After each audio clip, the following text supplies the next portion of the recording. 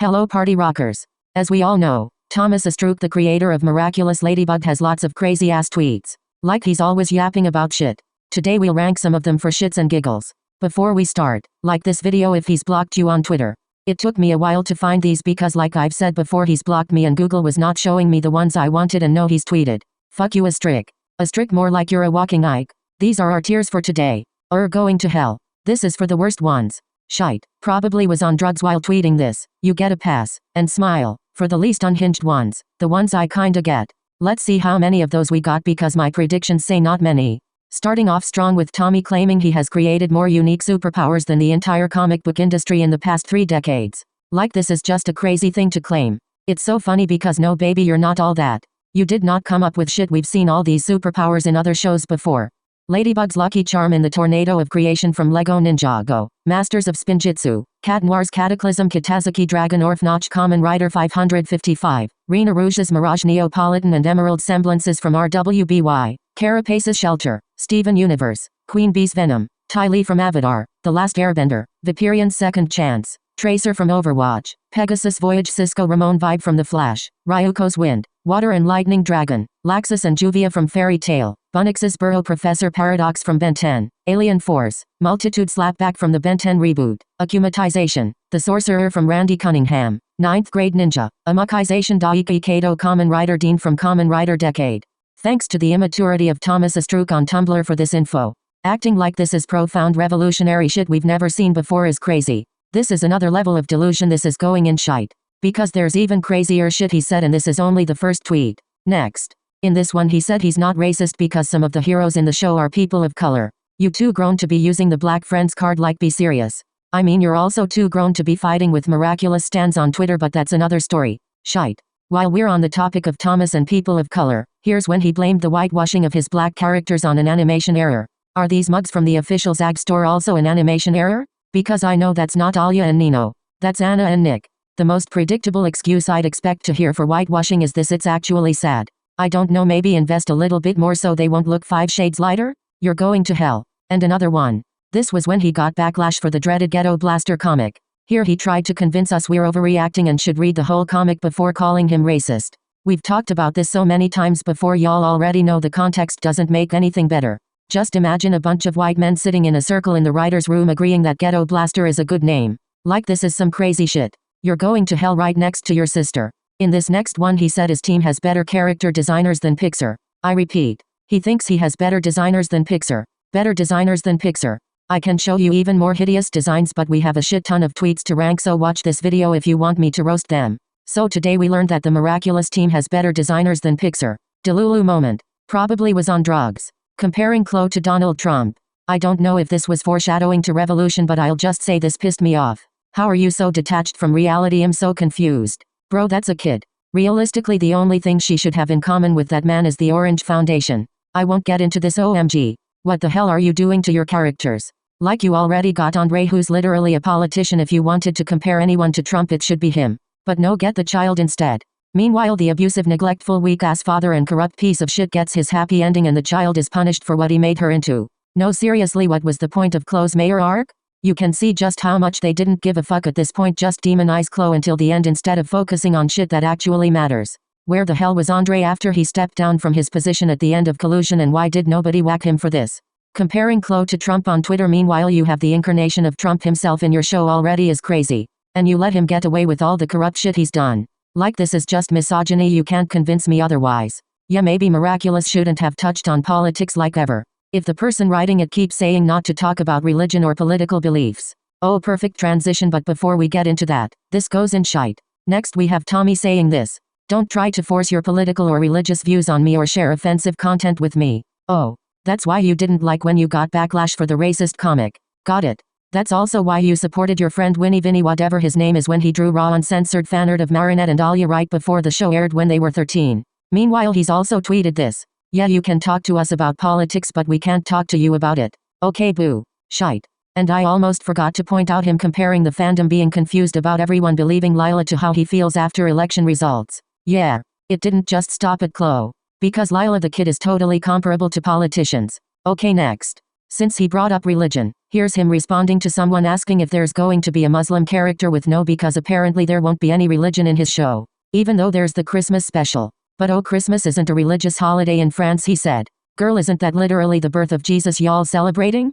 I'm not religious, I don't know, but that's what I've heard my whole life. So technically it is a Christian holiday. You can do a Christian holiday special but not show a hijab? Yeah, okay. You love representation but not enough to show different religions in your show, I see. Going in shite. But oh, it gets even better. You know, I had to show you this iconic tweet again. Probably one of the craziest things he's ever said. Someone asked if Jesus was the ladybug miraculous holder because of this picture. And he said yes, Jesus was a miraculous holder. I'll let you react to that. You're going to hell for that hypocrisy though. Next one. Hinting at a character being autistic without saying who it is. This was his response to someone asking about whether or not there are any autistic characters in Miraculous. After he tweeted this, he never said who this character is. It's not that hard to be honest, probably Felix or Kagami. Or both. Definitely both. Answered your question.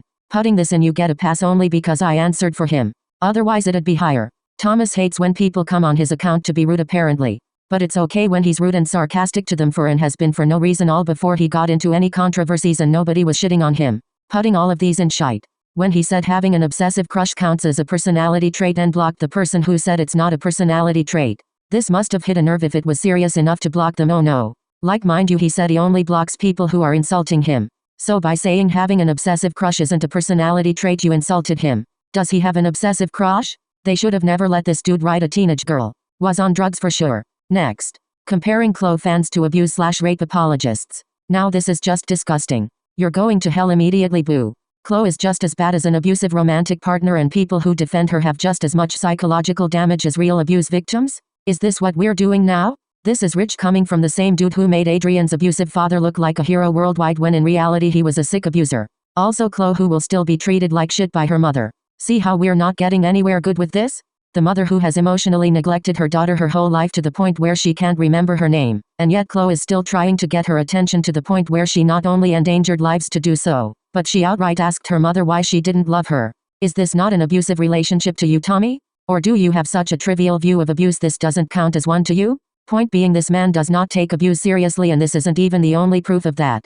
The way he sloppily added this scene in the Felix episode last minute and never brought it up again and made everyone forget it exists tells you everything you need to know. Like, this is just a sick thing to say.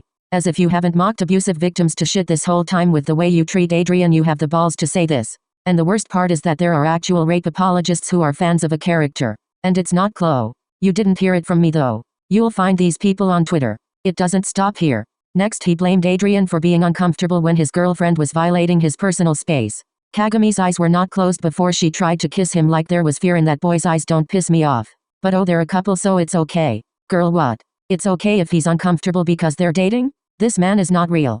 After all that yapping about abusive relationships, he thought, yeah, let's contradict what I just said. You'll see that a lot in this video actually. This goes in, you're going to hell. Now on to his quote-unquote feminist fantasy. This conversation started because of the lack of Adrian in the show, where he's supposed to be the main character. Or the second main character, whatever. But he's not treated like that at all because he barely gets any focus and his entire personality becomes either Ladybug or Marinette. No thoughts, head empty. Moments like standing up to his father or doing something for himself that has nothing to do with his crush are so rare it's sad. He is so much more than what Thomas is boiling him down to. And because some people were mad, they were saying how Adrian would be a better main character. You know, since the whole show exists because of his creation. No, literally, if Emily never made him, Gabriel would have never been the villain and there would be no show.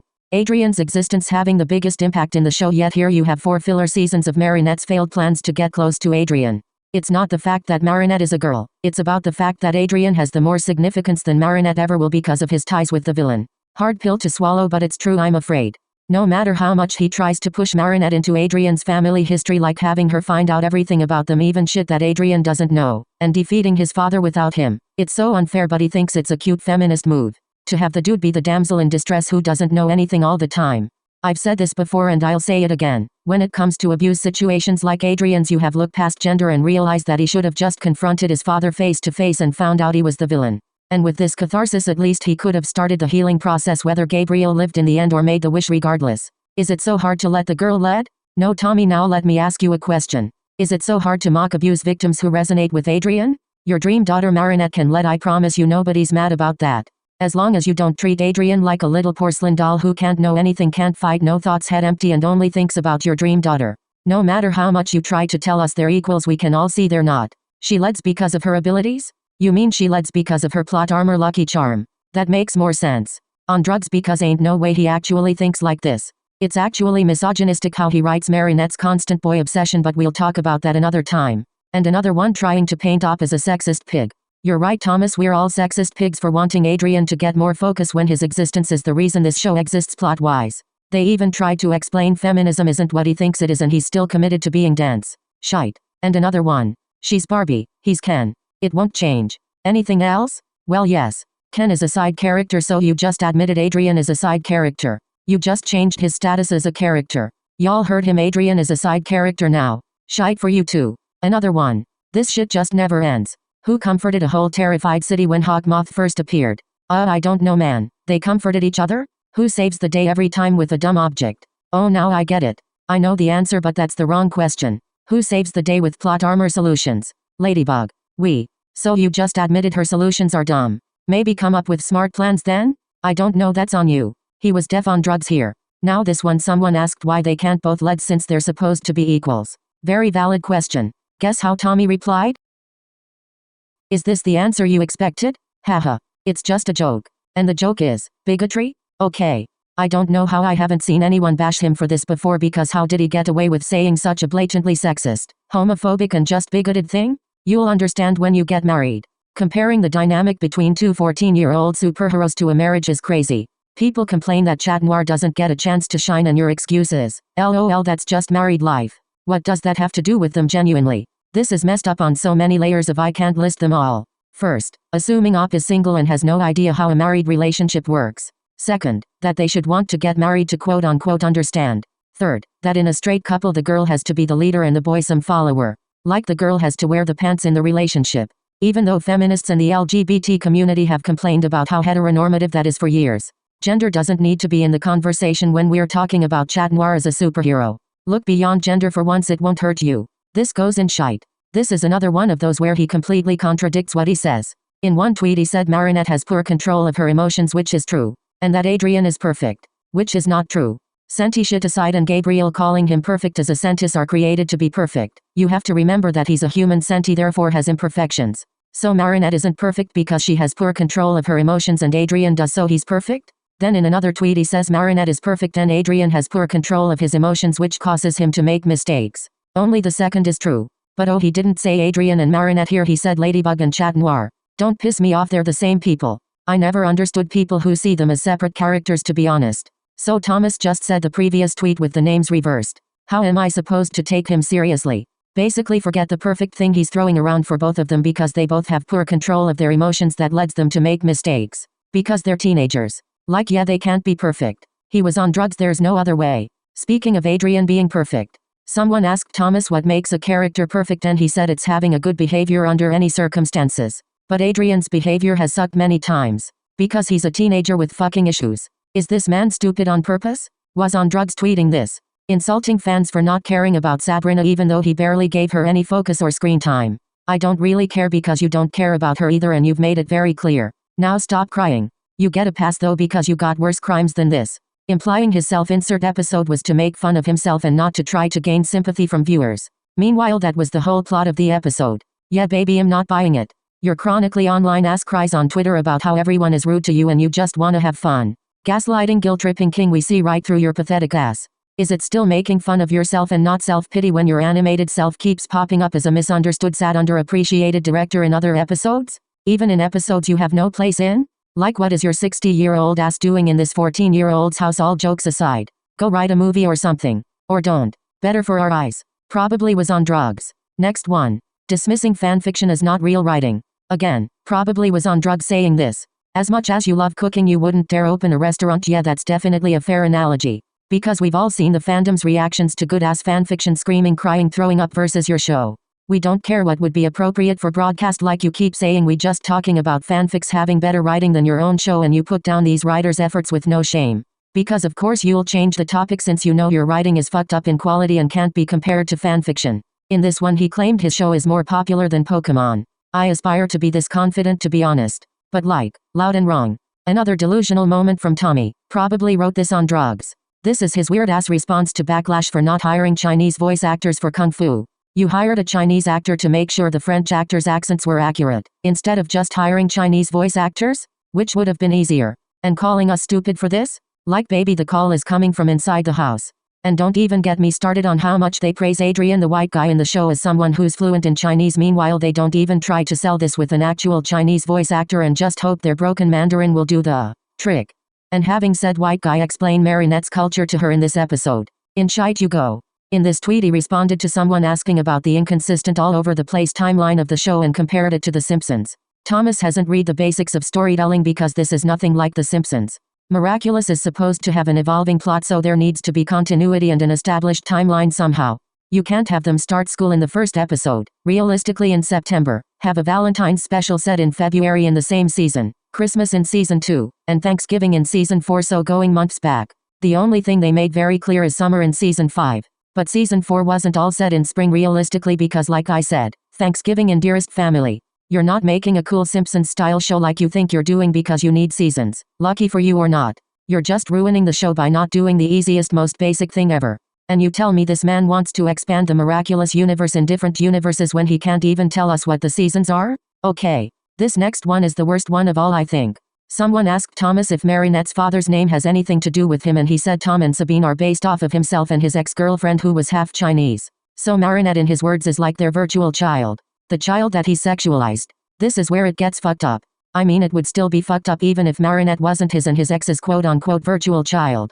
I've already talked about the Winnie sexualized Marinette Alia fanart incident in my other video about Thomas, but we need to revisit it. Basically before the show aired, mind you these two were 13, this guy who works with Thomas posted uncensored fanart of Ladybug and Alia with naked yaoi type bodies. That they obviously don't have. He drew and posted that shit knowing damn well the target audience and the age of the characters, and Thomas saw nothing wrong with that. Not only that, he sexualized Marinette in the racist comic, putting her in the weirdest, most uncomfortable situation with one of the panels showing this man's up view of her naked holding the box to cover herself. When someone called him out for this and said he should not be allowed with kids with this track record, he replied with this. Yeah, I have a 4-year-old and I support my friends sexualizing the 13-year-old girls and I draw Marinette naked in a comic. All good, nothing wrong. You're going to hell for obvious reasons. Wonder what his daughter is going to think about this in 10 years from now. He'll probably block her too. I just hope she's safe because what the fuck was this? Like, I really wonder what does his wife think about this? Girl, run. And to think he said that's his virtual daughter with his ex. Someone needs to check these people's files quick because it smells like CP in here. Next one. Tommy said no matter what writing choices they make, they'll never leave the kids behind because they're the main target audience. Mind you, the season 5 finale shows an abuse victim in the dark who's told his abuser is a hero who saved the world, so any bad memories of him need to go and he can't be salty now that he died. Even though he should be because that man ruined his childhood. So everyone celebrates his abuser now. Hey kids, this is a great message. Gabriel is a hero. It can't get any worse than this. Like, this is really rock bottom writing. But yeah, prioritize the kids, you're right. Girl, you know damn well. Shite. For this one I don't even know what he means. This is all the way back from 2016. Why is Chat Noir sniffing her? You'll understand one day. Like when I get married? Because straight relationship gender roles have a funny married joke? And I can't understand now because I'm single and don't know how marriage works? Ahahaha. Anyways, this goes in smile only because it's the only empty tear. It's cat behavior, I guess that's why he sniffed her. So like, was he being sarcastic? Like, it's so obvious and Op is dumb for not understanding why he sniffed her? Oh okay. Shite then. Next one. Chloe is irredeemable. I'm sick and tired of the Chloe redemption debate. It's been 50 million years and it's still making people mad. No, Tommy, Chloe is redeemable, you just didn't want her to be. It's all up to you, you're the writer. This is a teenage girl who has her whole life ahead of her, but I guess you don't care about that. So Chloe, irredeemable piece of shit at 14 it is. This isn't even a tweet, it's a Facebook post, but I wanted to include it because it's just crazy. He's basically shitting on Encanto. Calling Encanto weak. Meanwhile you wrote Miraculous Ladybug. I wouldn't show my face again after that. Sorry if I offended the grandpa stands with this one. Live laugh Ladybug.